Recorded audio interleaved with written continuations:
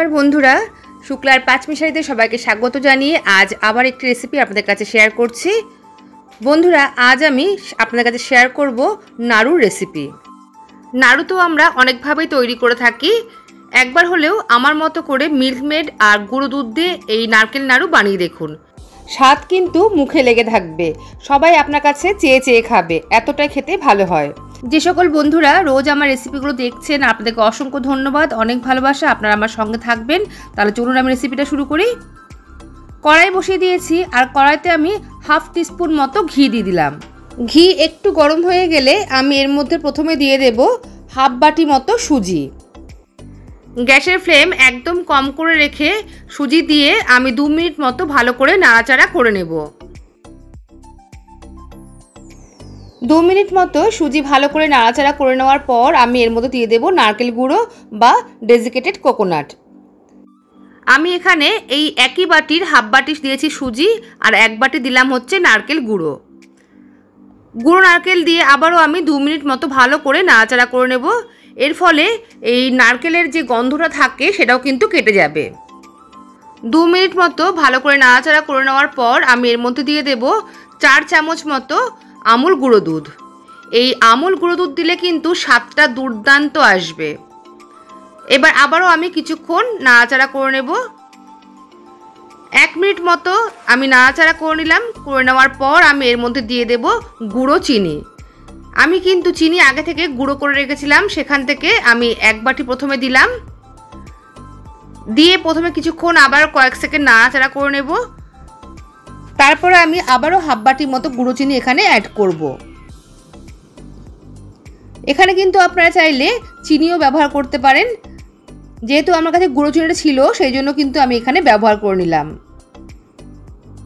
গুঁড়ো চিনি দিয়ে 2 মিনিট মতো নাড়াচাড়া করার পর আমি এর মধ্যে দিয়ে দেব এবার মিল্কমেড, যার জন্য স্বাদ আরও দ্বিগুণ বেড়ে যাবে। আমি এখানে এই সম্পূর্ণ মিল্কমেডটাই কিন্তু ব্যবহার করব, কিন্তু একবারে দিয়ে দেব না, অল্প অল্প করে দিয়ে আমি নাড়াতে থাকবো। দেখুন, আমি কিছুটা পরিমাণে মিল্কমেড দিয়ে প্রথমে একটুখানি নাড়াচাড়া করে নিচ্ছি, তারপরে কিন্তু আবারও আমি মিল্কমেড এখানে অ্যাড করব। বন্ধুরা, আজকের রেসিপিটা দেখার পর আপনাদের যদি ভালো লেগে থাকে অবশ্যই লাইক কমেন্ট করবেন, শেয়ার করবেন আর আমার চ্যানেলটি সাবস্ক্রাইব করে আমার পাশে থাকবেন। পাশে থাকা বেল বাটনটা অবশ্যই ক্লিক করবেন, সঙ্গে অল বাটনটাও ক্লিক করে দেবেন। তাহলে যখন নতুন কোনো রেসিপি আমি আপলোড করব সবার আগে আপনার কাছে নোটিফিকেশান পৌঁছে যাবে। দেখুন, আমি এখানে কিন্তু আবারও মিল্কমেড অ্যাড করলাম। মিল্কমেড দিয়ে আবারও আমি কিছুক্ষণ ভালো করে নাড়াচাড়া করে নেব। মিল্কমেড দিয়ে ভালো করে কিন্তু এইভাবে আমি নাড়াচাড়া করব। বন্ধুরা, আমি এখানে কিন্তু সম্পূর্ণ মিল্কমেডটাই ব্যবহার করে নিয়েছি। কিছুক্ষণ নাড়িয়ে নেওয়ার পর আমি এর মধ্যে দিয়ে দেব 1/4 টিস্পুন মতো এলাচ গুঁড়ো। এলাচ গুঁড়ো দিয়ে আবারও কিন্তু আমি একটু নাড়াচাড়া করে নেব। এভাবে সমানে নাড়াচাড়া করতে হবে। আর বন্ধুরা, এখানে একটা ভিডিও আমার স্কিপ হয়ে গেছে, সেটা হচ্ছে আমি এর মধ্যে হাফ কাপ মতো কিন্তু দুধ মিশিয়েছিলাম, সেই ভিডিওটা আমার স্কিপ হয়ে গেছে। দুধ মেশানোর পর এইভাবে কিন্তু সমানে নাড়তে হবে। আর দুধের পরিমাণটা কিন্তু অল্প করে দিতে হবে, না হলে অনেকটা পাতলা হয়ে যাবে। বেশি পাতলা হয়ে গেলে কিন্তু তখন পাক ধরতে সময় লাগবে। তো দেখুন, আমি এইভাবে সমানে নাড়াচাড়া করতে করতে অনেকটাই কিন্তু এই মিশ্রণটা শুকিয়ে এসছে। খুব বেশি কিন্তু আবার শুকনো করবেন না, তাহলে নাড়ুটা পরে খুবই শক্ত হয়ে যাবে। তো বন্ধুরা, ফ্রেশ নারকেল ছাড়াও কিন্তু এরকম নারকেলের গুঁড়ো দিয়ে আপনারা নাড়ু বানিয়ে নিতে পারেন। আর এই নাড়ুটা কিন্তু নরম পাকে নাড়ু হবে। দেখুন, মিশ্রণটা আমার তৈরি হয়ে গেছে, এর থেকে বেশি আর শুকনো করলাম না। এবার আমি একটা থালার মধ্যে ঢেলে নিয়েছি। থালার মধ্যে ঢেলে নিয়ে একটু ঠান্ডা করে নিতে হবে, নাহলে গরম গরম হাতে নেওয়া যাবে না। সামান্য ঠান্ডা হয়ে গেলে এবার আমি হাতের মধ্যে একটুখানি ঘি মাখিয়ে নিয়েছি। ঘি মাখিয়ে নিয়ে এবার আমি এই মিশ্রণ থেকে অল্প অল্প পরিমাণে নেব আর একটা করে নাড়ু পাকিয়ে নেব। বন্ধুরা, নাড়ুগুলো তৈরি করার সময় দেখবেন বেশ কিন্তু নরম নরম লাগবে, কিন্তু যখন নাড়ুগুলো তৈরি হয়ে যাবে আর একটু ঠান্ডা হয়ে যাবে তখন কিন্তু নাড়ুটা একটু শক্ত হয়ে আসবে। আবার খুব বেশি শক্ত কিন্তু এই নাড়ু হবে না, বেশ নরম পাকের হবে আর খেতেও কিন্তু দুর্দান্ত স্বাদ হবে। দেখুন, আমি আরেকটি নাড়ু এইভাবে তৈরি করে নিচ্ছি।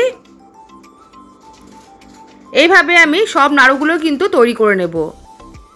গুঁড়ো দুধ আর মিল্কমেড দিয়ে এত সুন্দর নাড়ু হয়, আপনারা নিজেরা না তৈরি করলে কিন্তু বুঝতে পারবেন না।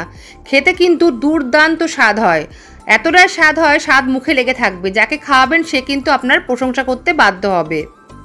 তাই দেখুন বন্ধুরা, নাড়ুগুলো কিন্তু আমার তৈরি হয়ে গেছে।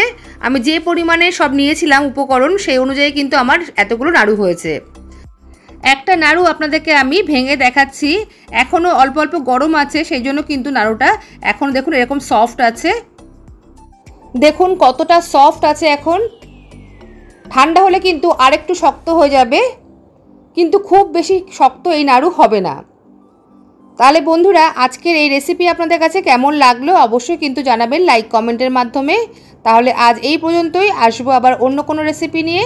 সবাই ভালো থাকবেন, সুস্থ থাকবেন। সবাইকে আজকের মতো টাটা।